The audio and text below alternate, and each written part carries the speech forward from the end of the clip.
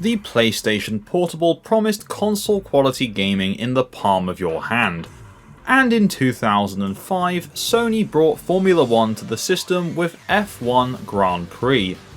But does this handheld racer stand the test of time, or is it just a pit stop on the road to better F1 licensed games?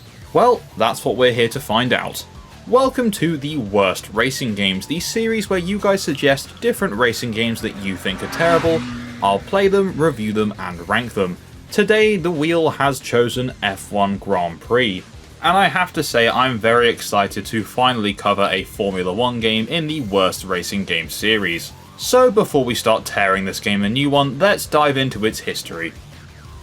So F1 Grand Prix, which was also known as Formula 1 2005 Portable in Japan, was released in September 2005 for the PSP, so not that long after the console launched.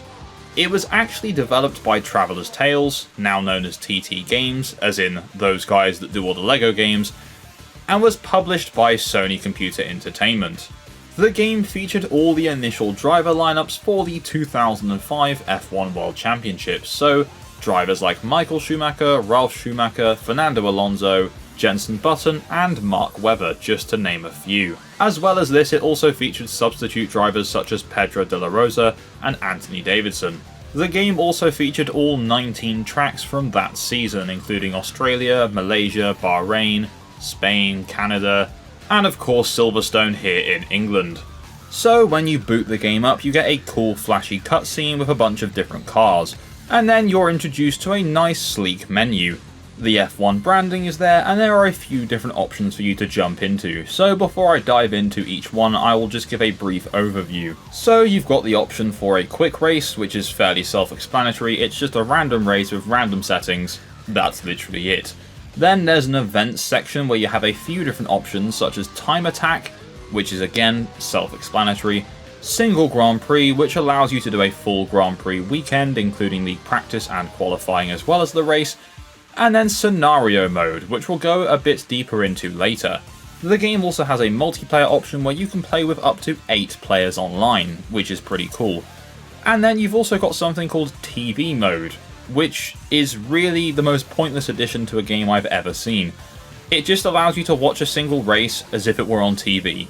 That's it. You just sit on your PSP and watch the gameplay itself. No commentary, nothing else, just cars going round. I mean, I guess it's a cool idea. I'm not really sure what the point in it is, and if you did use this, please let me know in the comments down below. Anyway, that leaves us with the Championship mode, the main meat of the game.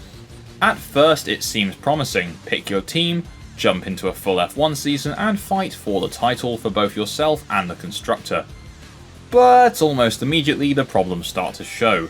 The difficulty balance is completely ridiculous. You only get one difficulty choice at the start, and that is easy mode, where the AI barely puts up a fight, and you could make the biggest mistake in qualifying and you'll still probably qualify first.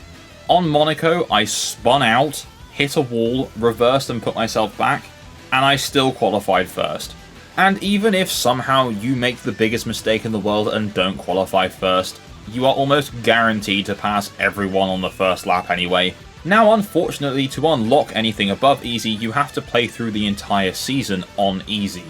It's a design choice that makes the early hours of the game drag on, and it really doesn't respect your time. Maybe if the game had started on easy and worked me up after the first few races, I probably wouldn't be complaining so much, but I had to do a full 19 races with just no challenge whatsoever. It was incredibly boring.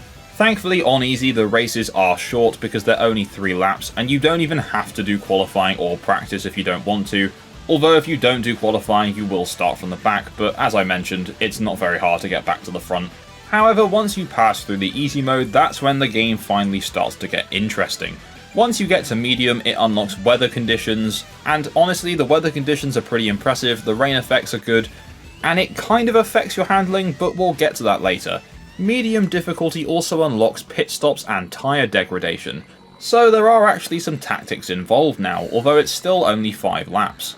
Thankfully on this difficulty it does start to provide a bit of a challenge. It's still not difficult, don't get me wrong, but you're not 100% guaranteed to qualify first, and sometimes you will actually get overtaken. Eventually, when you unlock the hard difficulty, then the AI will suddenly wake up and drive, and on top of this, penalties will be unlocked as well. I mean, I guess it's nice to have a sense of progression, but I'm buying a game like this to play Formula 1. How it's meant to be played. I don't want to have to play through something that isn't fun to get to the thing I bought the game for to begin with. Now, one area where the game tried something new was scenario mode. Instead of a full race, you're placed into short challenges, such as having a quick pit stop, having damaged brakes and making it to the pit stop, or regaining positions under poor weather conditions. It's a great idea, especially for a portable version of F1 where you might only have a few minutes to play. Unfortunately though, it does feel undercooked. The challenges are fun for like 5 minutes, but they don't evolve enough to stay interesting. You play a few, you'll get the gist, and then there isn't really much reason to come back. It's a case of a really cool concept but very poor execution. Now, before I continue on about F1 Grand Prix, if you're a fan of racing games or not so great racing games, then why not hit that subscribe button and tap the bell for notifications to stay up to date with the worst racing game series. And whilst you're at it, if you would like to support me further, I have a Patreon link in the description down below, where you can get access to all sorts of cool things like early access to videos, behind the scenes, and your name featured in the credits of my videos. Anyway, let's move on back to F1 Grand Prix. So how about the driving itself? Well, it's complicated. The cars look and sound like Formula 1 machines, but they don't really feel like them. The handling has a strange floaty quality, and the physics don't always behave the way you'd expect. One of the strangest issues is how often the cars seem to catch air. In real F1, these cars are basically glued to the track with downforce. Unless there's a major mistake. But in F1 Grand Prix, it feels like you're driving something far lighter. Just going on certain tracks, the roads just feel bumpy and they can launch your car and turn your steering drastically left or right in a way that just feels wrong. It breaks the immersion a bit and reminds you that you are just playing a game, not simulating the world's most technical motorsport. It's one of those handling models where you can get used to it and it does get easier, but there's always going to be moments where it's just blatantly something wrong with the game, and you'll end up just having an accident that's not your fault. The other thing with the handling is that this game requires a lot of precision driving, and with the little analog nub and no analog triggers, it can be quite hard because the AI can turn and brake on a moment's notice, but you can't really do that so much. Again, it doesn't ruin the game because they've done the best with what they had, but it is quite frustrating at points. However, where the game does deliver is in presentation. For a 2005 PSP title, F1 Grand Prix looks solid. The cars are well modelled, the tracks are recognisable, and the game runs at a good frame rate for the hardware. Of course, it doesn't compare to console F1 games from the same era, but on a handheld screen it got the job done. As I mentioned, the weather effects are a nice touch. Rain and changing track conditions add some variety to the visuals, even if they don't impact the gameplay too much. But for me, seeing these little details on this system was pretty impressive. Now, in terms of the sound effects, the cars sound pretty good. There is a licensed soundtrack, although I only actually heard one song from it the entire time I was playing, and that was Better Living Through Chemistry by Queens of the Stone Age, which I'm not going to play in this video because it is a copyrighted song. But for some reason, out of the few songs on the soundtrack, it's the only one I heard, on every race and every qualifying session. In the end, I just turned the music off because it was really annoying. Now, in terms of the critical response to F1 Grand Prix, there aren't that many reviews out there, but the ones I were able to find were pretty average. For example, Eurogamer gave it a 6 out of 10, and that seems to be the general consensus across the board. The game is decent, it's just nowhere near perfect. Now, I also wasn't really able to find any reliable sales figures for the game, but I have found the value of the game today as per price charting, and for a complete used copy, this is for a PAL region PSP copy, you're looking at about £5.73, or brand new, never opened, like 20 years later, £12. I always find it really interesting to see the value of some of these games that I cover on the channel, because there are always some terrible games that end up being worth loads, but I'm yet to find one in this series. So now the time has come where we have to rank F1 Grand Prix on our worst racing games tier list. Now I very nearly put this in actually not that bad, but then I remembered how much grinding I had to do to actually enjoy the game and get out of the boringness of easy mode, and also the handling and physics just aren't quite there to make it a properly tight F1 game. So F1 Grand Prix is going to join many other games in the meh category.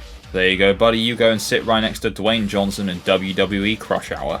F1 Grand Prix is a game with plenty of ambition, but not enough refinement. The core championship mode is dragged down by the poor difficulty design, the handling never quite nails the feel of the sport, and while that scenario mode did show some creativity, it just doesn't go far enough. But at the same time, it's not without merit. Back in 2005, having a full F1 season in your pocket was a really cool thing. For fans of the sport, it offered a way to race as their favourite drivers anywhere, anytime. And visually, again, it was a decent job.